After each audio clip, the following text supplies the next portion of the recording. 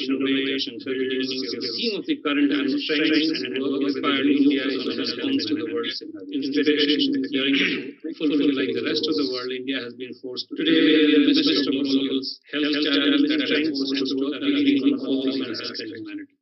Here, I would like to invoke the word fulfilling those goals. Today, we are in the midst of a global health wisdom that will rethink on all change in the world. And on that, here, I would like to start a conversation of the great Tiruvalluvar. Please, let me also say a few opening words. It's really a pleasure to address the 93rd annual convention. And I think we also inspired India, struck right, really great pleasure to address. I think something I value is opportunity, and I think you, with inspired India, when you struck in charge of policy.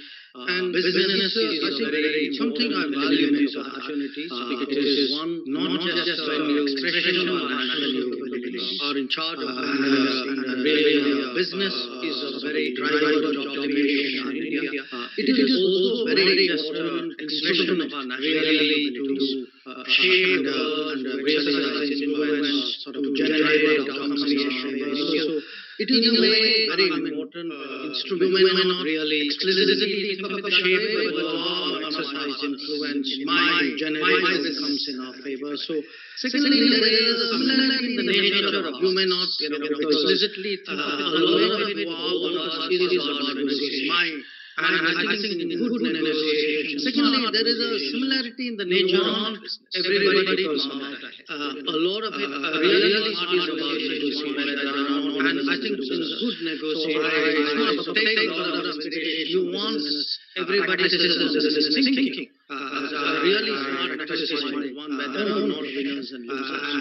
So I take a lot of pleasure to business practices and business thinking. As I practice my again, it's a great pleasure to be with you. And we have a very good conversation. Let's just start something that we will have thank you for all participating once again. You're very gracious. Now, let's on the conversation. Let's just start with something that nature and why it is normally occurrence in any democracy.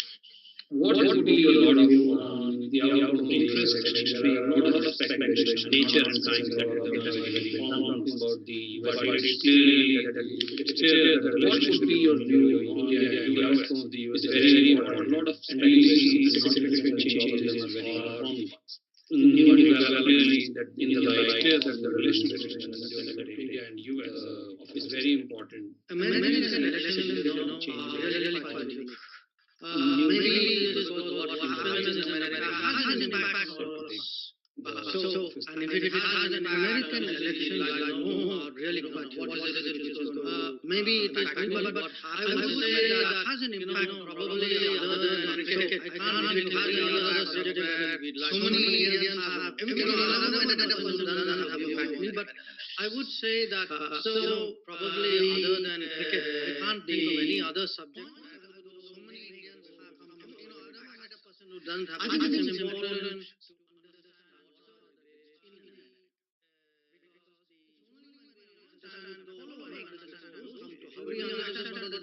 I think it's important to understand what really is in America issue, because only when we follow and understand those debates will we understand what does it mean when it comes to foreign policy. Really, China is a big issue. Russia in America. I think no question the situation in the Middle East has two very strong foreign policy. I think China is a big issue. Russia actually the economy, the situation we are seeing, has sort of traditionally been a debate and arguments in America. But I would still come back to the economy, because one of the we are seeing debates whether actually this argument should actually have an interest, which are quite Now, for most Indians, you'd be baffled by because we've always had in debates is whether actually that's not been the America at this time. Should actually have a free enterprise system in most America is actually baffled by because we've always had the idea of an industrial, but that's not been the American tradition. I think today enterprise, what should be the relationship America between allergic state and market and livelihood. These are I think today, the other is the relationship between, again, state and market and markets and livelihood. These are international debate, but the other is American knowledge. I think that, again, has a role of how big should big tech be allowed to become. There is a more international debate, but there is a very vigorous American debate. So that, if I were to sum up how big my takeaway from be allowed to be Biden and what is the influence of Biden administration coming into office.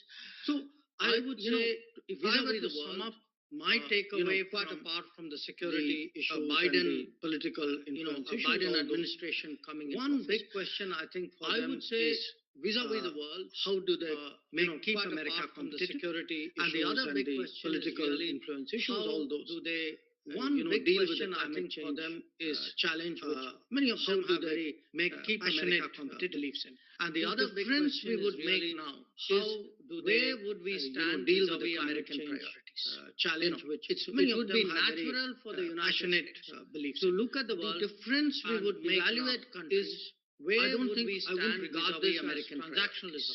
I think it would be natural for the United States diligence to look at the world and as you evaluate international relations. I don't think I wouldn't regard this as transactionalism of players fit into my game plan. To me, a common my diligence today would do that as you approach international relations. Where does certainly when it comes to these sets of players fit into my game plan?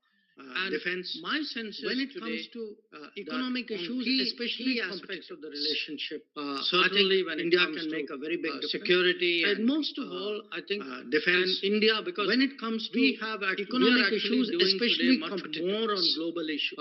I think India can make global challenges than we've done before. And most of all, even on something like India, because if you look, we have we are actually under this government much more on global, very much more.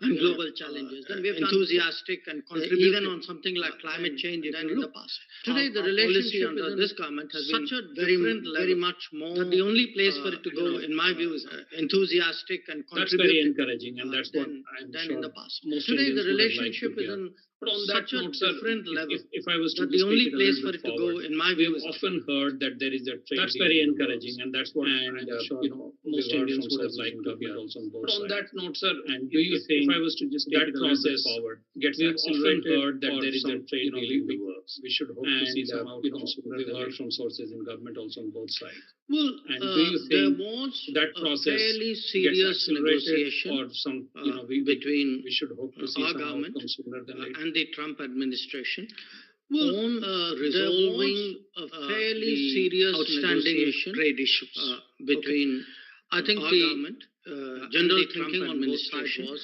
let's deal with the differences before we think of something outstanding trade issues. Now, there was a lot of doing and throwing about it. General thinking on both sides spent a lot of time. Let's deal with the differences before we think of something. For a variety of reasons, they didn't close it out. Now, I can tell you on our side we were dead serious. A lot of discussions. We wanted to deal with those issues because we for a variety of reasons they didn't close it out. That wasn't stalled. I can tell you on our side we were dead serious. But it didn't happen. We wanted to deal with those issues, these trade discussions. Very much frankly, trade discussions are like business discussions between two governments. But it didn't happen. And in business, I think you and all these trade discussions. I mean, it's never done. Frankly, trade discussions are like business discussions. If you don't close out the deal, and it's not a deal. In business, I think you and all our come close by. I mean, it's never done till it's done. Get done. The devil is in the detail. If you don't close out, realize that we made a very deal you come close by is still a deal you persevering get done. I didn't realize that I do believe that in a very basic way the United States is a complementary economy. It didn't if you look at this year, I do believe that in a very, very basic way, the exports of the United States is a complementary. There isn't a fundamental that if you look clash of interests at the products, there are a lot of areas where of the United States, the exports of the United States. There are areas of overlap. There isn't a fundamental, particularly on the digital side, clash of interests. I'm sure there will be vigorous. There are a lot of areas where we do what we do. I do think at the end of the day, the United States, I think, is a complementary, particularly on the digital side. As a, I'm sure there will be vigorous are also discussions, but they're not just trade deals. I do think at the end of the day, the United States trade deals are not just is a complementary, and I do think of it as a somewhat FTAs are also you should think they're not just trade deals, and I even trade deals are not just trade deals. Very serious, you do think of it in a discussion somewhat strategic once the administration comes in, and I know our minister strategic way, and I certainly hope that we have something which is seriously very important discussions once the administration comes in, and I know our minister the framework of this very conversation focused on it, and it's actually something which is borrowed from rightly very something that you said in your book, that this is a time to engage America, manage China, cultivate the framework of this conversation actually has been borrowed from the something that you said in your book, that this is a time to engage America, manage China. If we come to our border situation, that remains a matter of concern.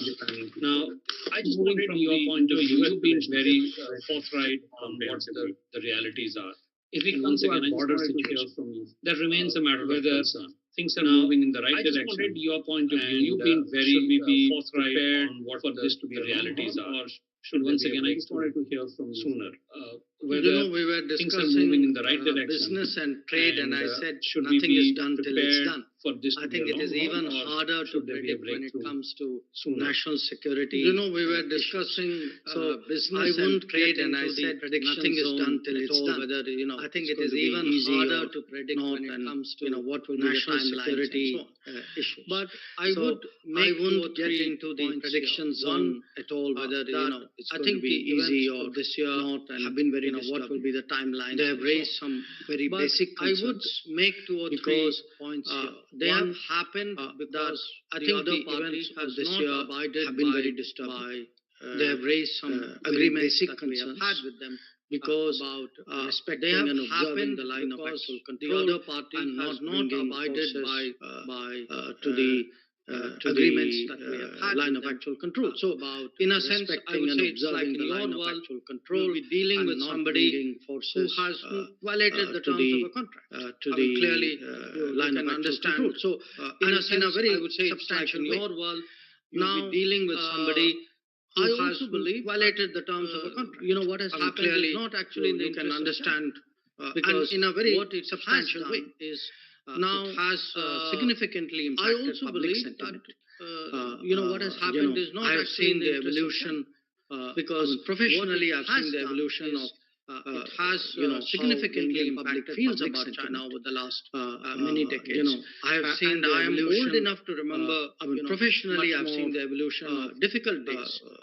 How the Indian especially feels about China over the last and my many decades. So, and I am old enough to remember had gone into the relationship on both difficult days. And I don't believe that the events of this year and my teams have helped. I think a lot of work had gone into the relationship on both sides. The real and I don't believe that the events of this year have helped. So carefully. I mean, in fact, I think developed the real will danger is that the goodwill. But I also would say that yes, we are being tested carefully. I have every confidence that we will rise to the occasion. We will meet that will dissipate challenge. But beyond that, at this time, but I also would say that yes, we are being tested. I have every confidence that we will rise to the occasion. We will meet the next question, Minister. But beyond that, at this time, I would really, frankly, keep my own technology. As a tool in bilateral negotiation. Coming to the next question, Minister, we are almost seeing a phase of whole new trend, and using technology as a tool in bilateral international and bilateral relationship that could. We are almost seeing a phase of geonationalism. For a country like India, which has a great deal of more and more active factor in international and bilateral relationship that could fundamentally alter geopolitics, commercial and business. For a country like India, which can also be a great deal of strength in technology in this whole power and can also use technology have us for bilateral. That could be a matter of concern. Commercial and business ambitions to grow to a, but can also be a very significant and bring victim in this whole power at large. Do you think that could have us, I'd that could really be a little careful with that ambitions to term grow to a techno-nationalism, economy and because somewhere, maybe I'm being oversensitive, but somehow it sort of doesn't give you a good I'd feeling. really Okay, be a sort of little makes out as though with that, somewhere you're doing something wrong by being techno-nationalist. Somewhere, maybe I'm being oversensitive, but somehow it I sort would of put it doesn't differently. give you a good feeling. I think, okay, it sort of makes out today, as though somewhere you're doing something wrong by being techno-nationalist, increasingly appreciated.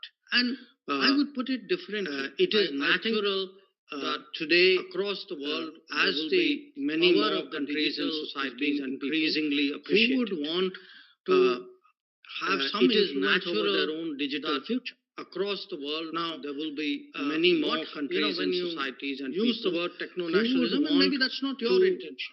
Have some influence over their own digital future. As though now transnational players have some kind of use the word techno-nationalism, and maybe that's not your intention. And one should not. It somehow implies as though sort of we should accept their players have some dominance in a very natural, legitimate way. Now, and my sense is one should not.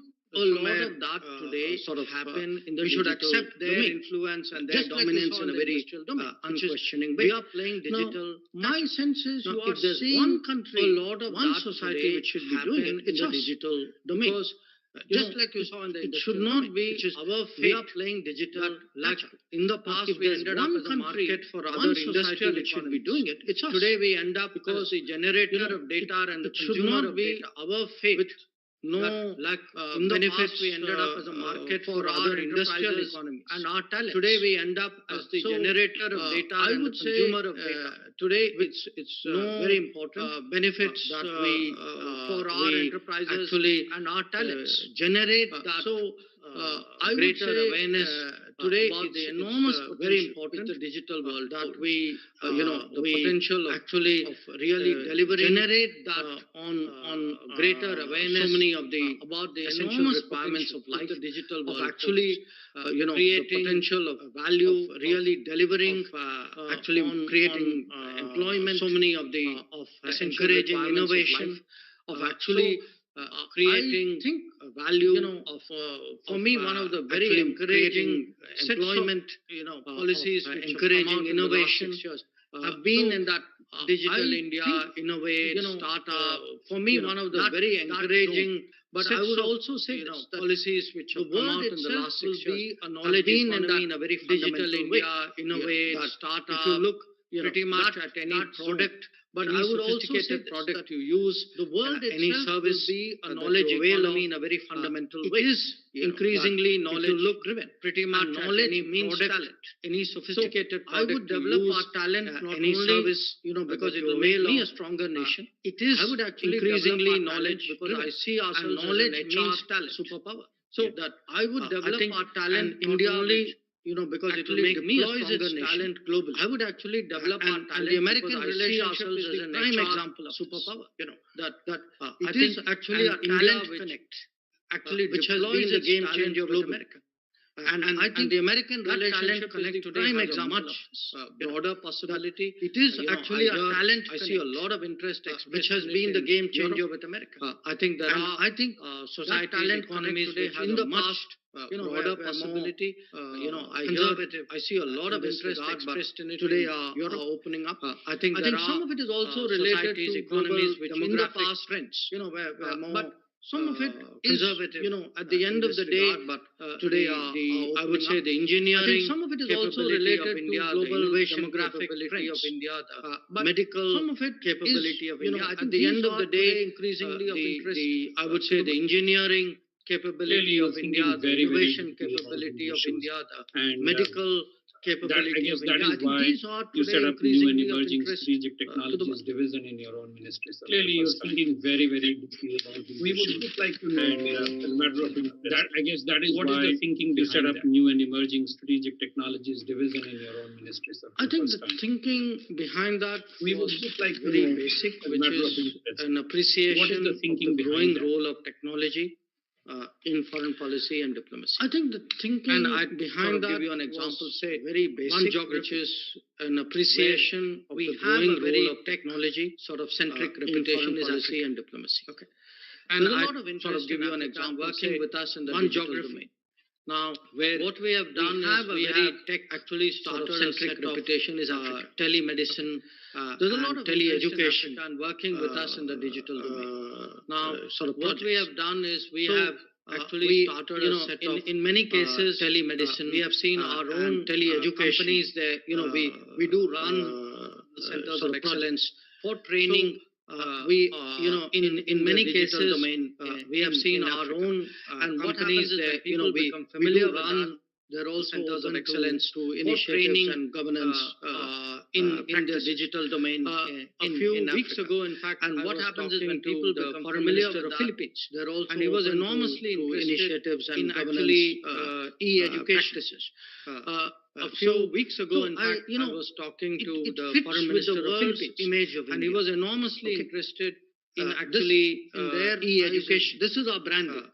Yes. So we need to leverage that branding. It fits and with make the it into image of India, or bigger than national business.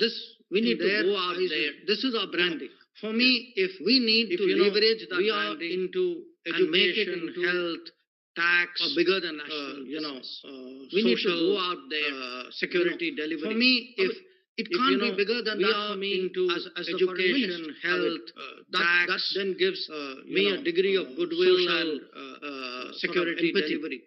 Which it can't be bigger than traditional diplomacy as the foreign minister. So that then gives me a degree of goodwill and the nest itself was empathy, more to evaluate no amount of traditional diplomacy would do. Sort of shall I say alert. A lot of our nest ideas. It obviously the nest itself was the thinking of the evaluate and sort of now shall I say coming to a supplementary question around that, which could be of interest to our own constituency at FICCI. The thinking of the rest of the ministry as well. How can now FICCI and our members work more closely? Question around because that, clearly there is a business angle to our own constituency about NEST, and how can other countries with brand India, how can has a certain FICCI and our members work more closely? Because clearly there is a business to leverage that potential. Talking about NEST and you're talking about other countries where brand India some extent has a certain we are business doing. potential. How can we work I want people to be aware of that. To leverage that potential. I mean, I think you and I ourselves we have done a number of events we are doing this year. So I want people to be aware of as well. I think you and I ourselves we have done a number of events this year. I've done many with Sangeeta as very big development partnership where it is helpful, which is that it helps to build connectivity. One, we have to build the basis for economic cooperation. A lot of it is centered around South Asia, our immediate neighbors. It helps to, but it extends to Africa. It extends to build the basis for economic cooperation. To take it into Central Asia. A lot of it is centered around South Asia, our immediate neighbors. It makes a difference. But it extends to Africa. It extends to Indian, business India now to take it into Central Asia in a big way. MEA partner together. Where it makes a difference is, if we support each other. Indian, if your successes rebound to our national and MEA partner together. Our national credibility we opens up doors each other and provides your successes rebound to our national credit. Okay, our national credibility opens up doors and provides avenue for your business, and that is important because your business, every contract you get abroad means that many more jobs for me at home. And one of the changes I would like to see, in our own system, in my own ministry, is that's the kind of thinking I would like to see. That at the end of the day, for me, the success of foreign policy has got to be national development, has got to be in how it shows up in terms of job numbers and employment creation at home. And here I think this works very well. And my sense is, again, as someone who's been around a fair length of time, I would say, certainly today we work much more closely and comfortably with you and your members than we've ever done before. I think today any Indian business which goes into any embassy, I mean, we don't even have to tell our ambassadors. They know. I mean, if somebody comes, that they consider it a very natural part of their representing India abroad, to look at the business interests, because again, at the end of the day, they know it is contributing to national growth and national power. Thank you. I'm conscious of the time, Minister, but one question about the Indo-Pacific region. You have a very distinct point of view and a vision for the Indo-Pacific region, and I think from a business point of view, the region is of great importance to us. How do you think we should be approaching the Indo-Pacific region to exploit its full potential and also build a great strategic partnership? If there is one set of people in India to whom I should not be explaining Indo-Pacific, it's the business world. And I'll tell you why. Just ask yourself, look at the last 20 years with the 20 years before that. Tell me today, how much more Japan, Korea, China, ASEAN, Australia matter to you now? And how much, how big were they in your thinking 20, 30 years ago? Okay. And you would agree with me. There's been a huge shift. I mean, as a sweeping proposition, people say more than half our trade today goes east of India. Okay. Now, when we began this, this was in 1991, 92, as we were coming out of our situation then, we saw sort of lessons in the ASEAN. Okay. So it began, if you see, the reform era actually began with a kind of look east. And, a lot of the ASEAN countries were very close partners. Now, in the 25 years that has passed, we have developed. We have become bigger. The Indian economy has grown. The Indian footprint has grown. Indian corporates have grown. So what has happened is, as we have grown, the zone of our interaction and zone of our interest has also broadened. Now, somewhere there was a sort of mental barrier. There is the ASEAN, that's Indian Ocean, that's like, the end of the world. After that, it's a cliff. Now, we've discovered that wasn't the case. That the more we sort of went out, we discovered more and more opportunities. So to me, Indo-Pacific at the end of the day is a very emphatic statement that don't artificially separate the Indian Ocean and India from the Pacific Ocean and those countries. The world is much more seamless. Only a person who's in denial of globalization would actually contest Indo-Pacific. And certainly an Indian who understands today our interests are beyond the Indian Ocean will see the logic of it. Now, I'm giving you the economic argument. Now, a similar thing appears, happens on the security side as well. So to me, it's a very natural evolution. It represents evolution of India. Right. And thank you very much. That, again, as you said, the trade and business community from India have been looking at the Indo-Pacific region, but I think this context helps. That brings us to the end of the time that we have, Minister. I'm conscious of your other commitments. But before I thank you, I just wanted to share with you that as part of our efforts to adapt to the virtual and digital connect for doing business, FICCI has launched a year-long expo, which we call Expo 2020, covering agriculture, manufacturing, and services sectors. The FICCI Annual Expo 2020 offers an engaging and progressive platform where buyers and sellers from across the globe can connect, interact, and grow to their fullest potential in spite of the challenges thrown up by the pandemic. This has been inspired by the vision of our Honorable Prime Minister for creating Atmanirbhar Bharat movement. FICCI Expo also proposed spotlight and showcase the important initiatives and key schemes of the government. Visitors can access exhibitors round the clock across all 365 days with translation, B2B, and virtual exhibition facilities. FICCI institutional partners worldwide would channelize global participation for this one-of-a-kind largest virtual exhibition. With your permission, we would like to screen a 1-minute video film about the Expo Minister. Please.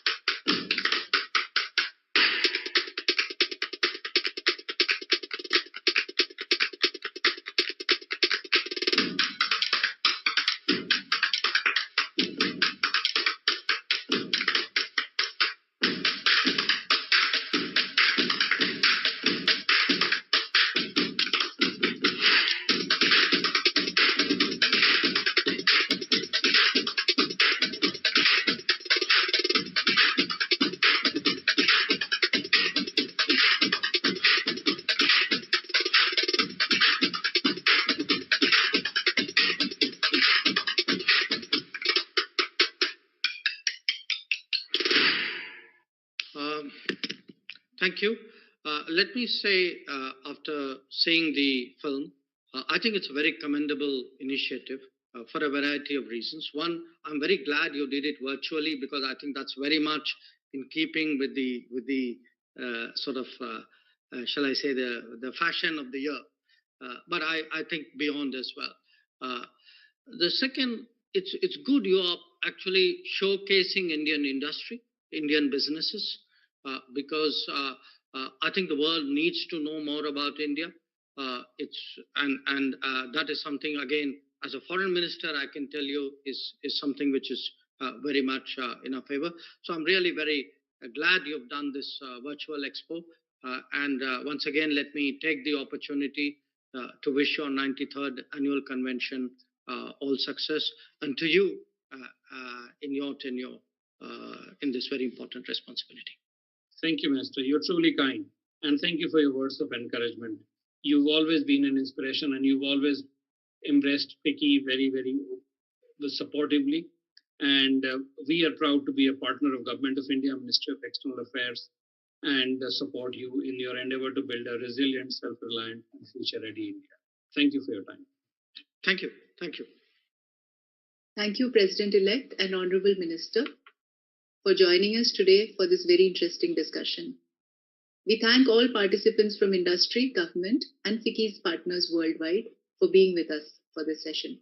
We invite all of you to stay tuned to FICCI's annual convention and the next session on Could This Be the Decade for the Emerging Markets? Thank you and stay safe.